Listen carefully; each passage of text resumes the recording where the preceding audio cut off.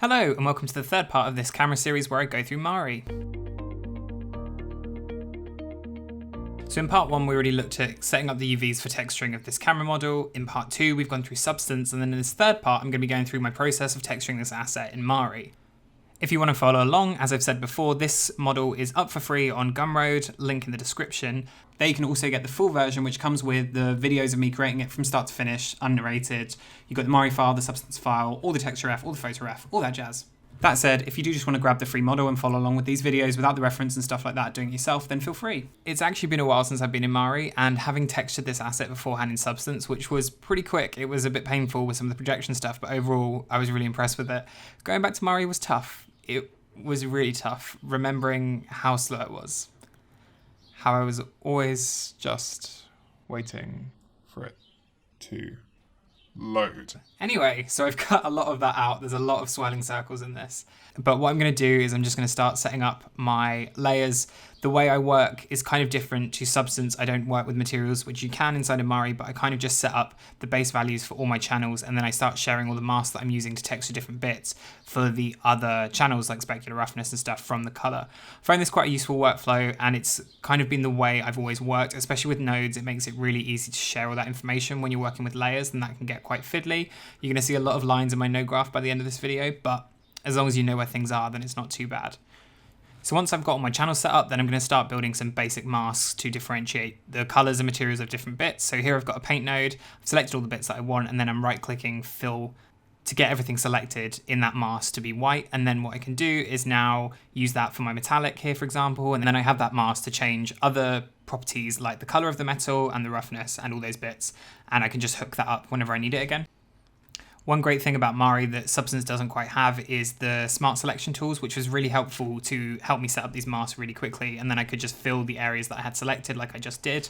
I've got this extruded inward section at the top of the camera that needs to be a metallic red. So by using the orientation smart selection, then I can get all the faces of this model that are facing the same way and none of the edges that are at a 90-degree angle to it, which I don't want to be in my mask. So it just really quickly helps me select that, and then I can fill it in a paint layer as I've been doing so far. You might also notice here in the bottom left, I've got a backdrop node with my masks in it so that they're easily findable. I find that super useful to do and just helps keep your scene tidy.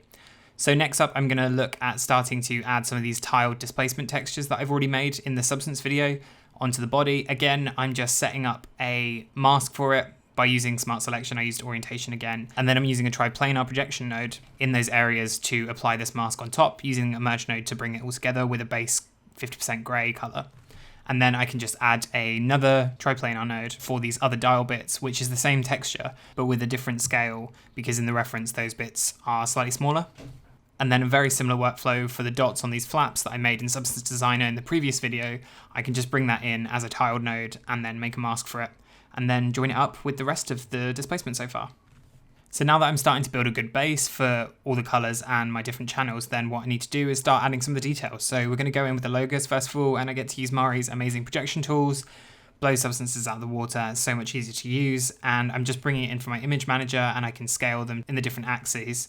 And again, like a lot of the other things I've been doing, I'm painting this in a mask, which is linked to a color node for the color of those logos. And then I'm just painting into that mask, and it means that anytime I can change the color. For example, these logos on the rim of the lens aren't actually white. They're kind of like a baby blue. So rather than baking that color in, then by painting in a mask, I can change the color node that mask is driving at any time if I feel that I haven't got it quite right. So I've got base colors kind of blocked in for a lot of this now, but it's looking pretty plain. So especially with this metal, then if I'm looking at the reference, I do have quite a bit of variation in that. So I'm just putting a tiled texture on top of it, and then I can just play with the opacity of that in the merge node, make sure the scale's right. Obviously I don't want it too much because I don't want it to look super grungy, but just giving it a little bit of something will really help, and that will especially help if I use that data in other maps like the roughness and whatnot.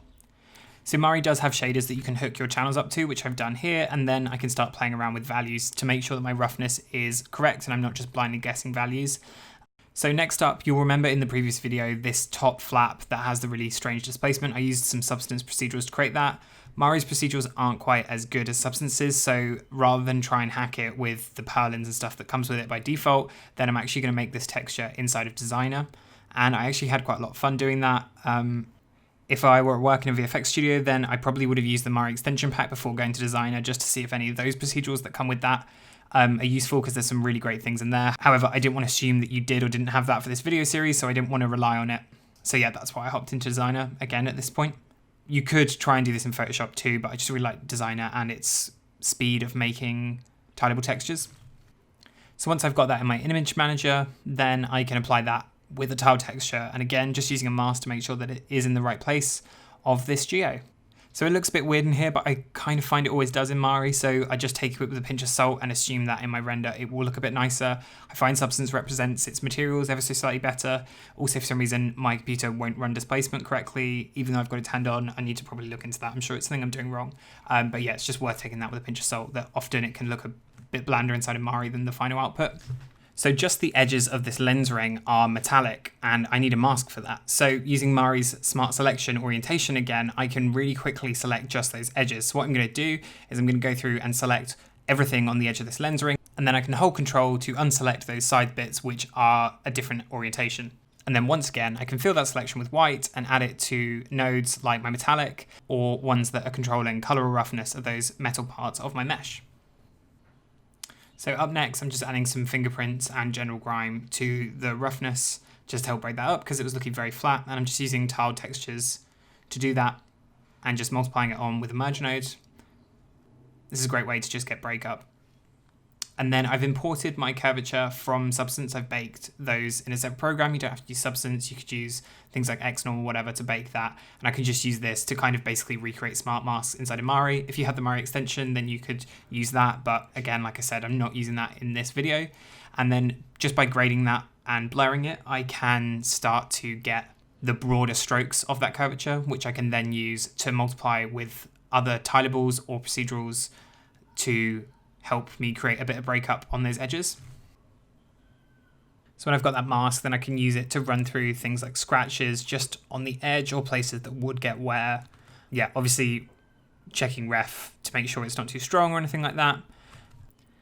So one tip I like to do when working with kind of older objects a bit like this, then you can use a triplanar, but only plug an image into the top, and then that way you kind of get this top-down dust effect. It's not perfect because the underside also gets it, you can see here, but then I can just use that to break up the roughness ever so slightly on the top. And by running a procedural through that as well, a clouds I think I used in this example, then I can just break that up a little bit. So I don't want it to be too strong, but it can emulate things like light fading or dust sat on the top of the surface.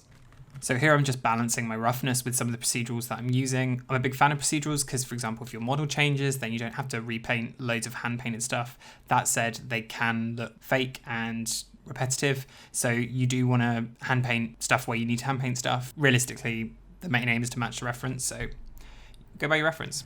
So I've got this little square logo on the back with a 6x6 kind of font written on top of it. So I'm going to use one block color with a mask to just add a little square for those numbers to sit on.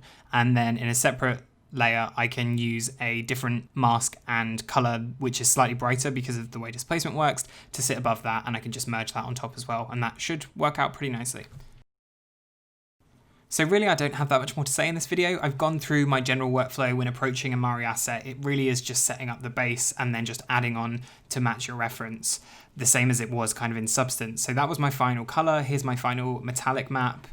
We've got my final roughness here. And then finally, we'll take a look at the final displacement. And I took these all into Redshift and got some quite nice renders that I was pretty happy with. And it was nice as well to use both Substance and Mari to see kind of the differences and the pros and cons of both, which was cool. I've never really done that quite back to back. I usually use the two in conjunction. That's my general workflow. But it was nice to see that realistically you can get a very similar looking asset out of both. Obviously, I've already gone through my opinions of Mari versus Substance in a previous video and what you need to know for VFX. You can check that one out if you want to know a bit more about that. The one thing I will say about Mari, I mentioned price of Substance in the end of the last one. And so I'm going to mention the price of Mari at the end of this one. Why is there not a monthly Mari subscription? I literally needed it for like a week and I had to pay £600 because you can only buy it by the year.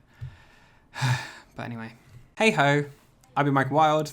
This has been going through Mari. Obviously you've got the Substance one already up. If you want more modeling, texturing, whatever tutorials, then keep an eye on this channel, subscribe if you want to, check out the Discord. Yeah, if you've got any questions, feel free to leave them below and download that model if you wanted to follow along. Cool, take it easy, have a good one.